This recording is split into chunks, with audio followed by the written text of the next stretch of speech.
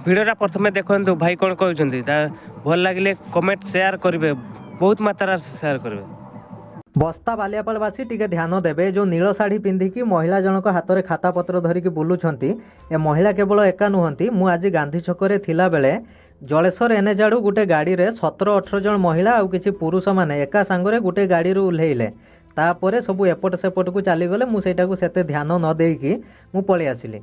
ठीक 45 मिनट रु घंटे भितर मुझे मुकुलिसी आसी पहुँचे ए महिला को देखिली कि साधारण लोक आउ किसी दुकानी को ए पैसा मागुछंती।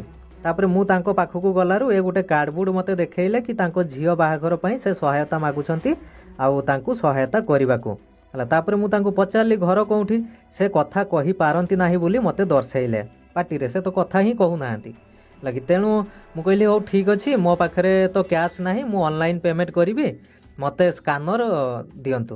तापरे से तांको डायरी रु गोटे स्कैनर बाहर करिकि मते देले मु से स्कैनर रे पेमेंट करिया आगु चिंता कली जे ना एटा गोटे जदि मु ठकामीर शिकार हो जाए तेणु मु तांको कहली फोन पे नंबर मते दियंतु मु आपन को पेमेंट कर देबी।